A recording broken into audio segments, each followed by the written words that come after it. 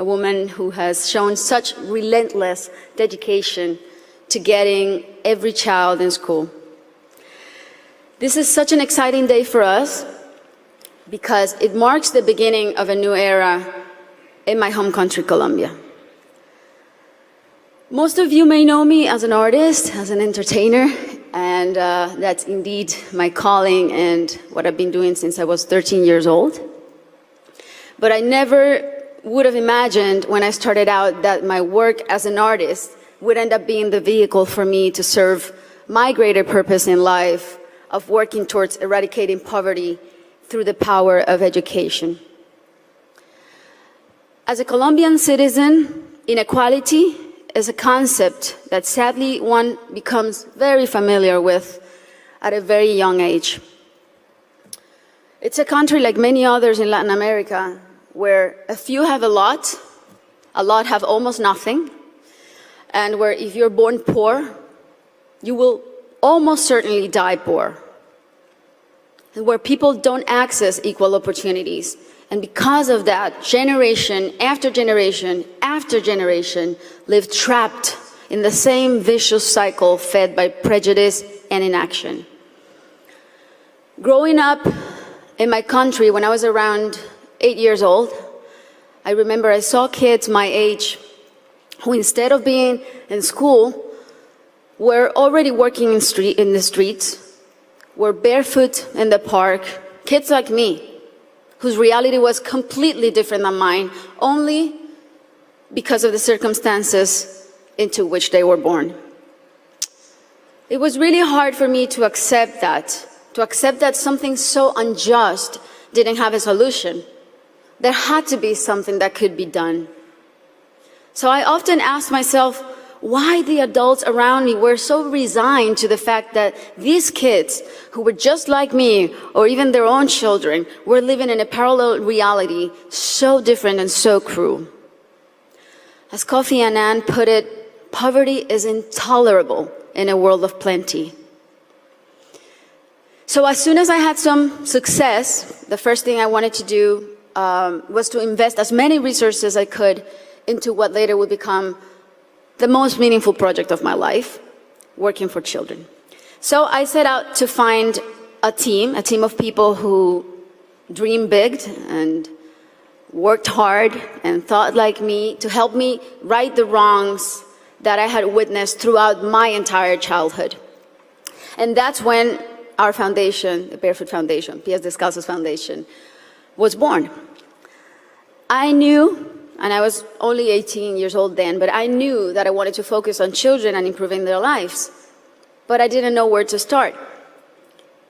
So I really felt that I needed to learn what the roots of inequality and low social mobility were. So I decided to study the reasons why children were working in the streets, or why some children were being recruited by the violent organizations like the paramilitary or the guerrillas. Why were so many children suffering from chronic malnutrition? And I realized that most of the issues that children face in my country had and have a common denominator: the lack of access to quality education. To me, it became crystal clear that education was the surest way to give all of these kids the best fighting chance of improving their circumstances in life, because education is the great equalizer.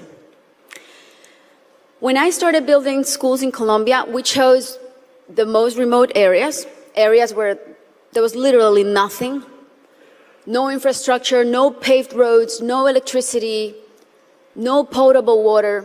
And we decided to build in those places, but not only build schools, but state-of-the-art schools. Schools with comprehensive models that included ECD programs, school feeding programs, parent and teacher training. And another very important part is we decided to engage the government as a strategic partner and made it nearly impossible for them to say no to doing their part by showing them results through our holistic model that really proved to work.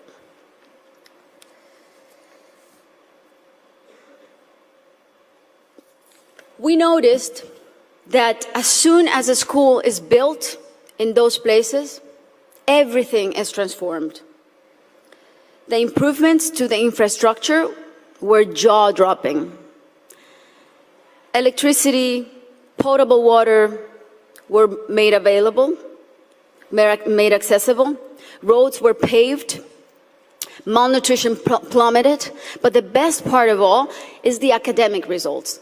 The kids really responded academically. And now those kids who could have been recruited by the guerrillas or paramilitaries, or that could have had a completely different outcomes for their lives, they're now on their way to the university and thriving in their communities. Some of them are athletes, some of them are professionals.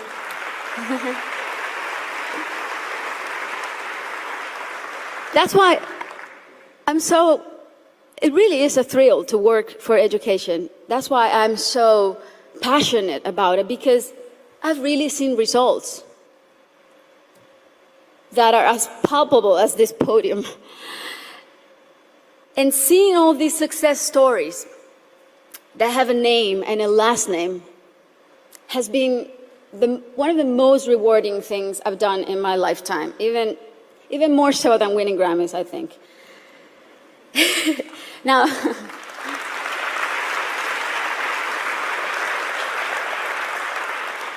that said, our work is far from being done. Many developing countries are still rife with inequality and internal conflict, and there are a lot of kids who still need to be reached. History is not only the past. History is made every day in the present. And what matters now is how we go forward and how we fix what's wrong. And that is the real challenge. This is the goal of the SDGs and what people like Her Highness and myself and so many more of you who are adamant about achieving are here for. Facts don't lie, and numbers show what an incredible return on investment a quality education provides. For instance, if all students in low-income countries left primary school with basic reading skills, 171 million people could be lifted out of poverty. Systemic change often begins from the bottom up rather than the top down. The government must take responsibility, and we should all put as much pressure as we possibly can, but the rest of all, the civil society, should also do their part. What we have discovered, both at Pies Descalzos and Educated Child, is that many times only one single barrier to entry, such as no access to transportation or basic needs like a functioning bathroom, can prevent a kid from attending school or even put them at risk of dropping out. Sometimes all it takes to change a child's life is the security of a hot meal in school or the ease of being able to hop on a bus that will leave you safely at your classroom's door. It's as simple as that. And these are simple interventions, and they don't cost a lot. The biggest effort really is in mapping the communities, in going door to door, searching for the out-of-school children, talking to the parents, talking to their families. Giving a name and putting a story behind these children is the first step to start rewriting their story. Over the next 3 years, we pledge to get 54,000 kids who are out of school or at risk of dropout into the educational system. Ultimately, more than 295,000 people will benefit from this project, including children, teachers, families, and community members. New schools and classrooms will be built. School kits and uniforms will be distributed. Children will be enrolled in school, feeding and transportation programs. Teachers will be trained in strategies and in how to identify those students who are at risk so they can receive psychosocial support. And we are extremely confident that this partnership is only the beginning and will be the model to replicate throughout my country until not a single child is out of school. This is our responsibility. Thank you. This is our responsibility to our children and our debt to fulfill for the generations to come. Thank you very much.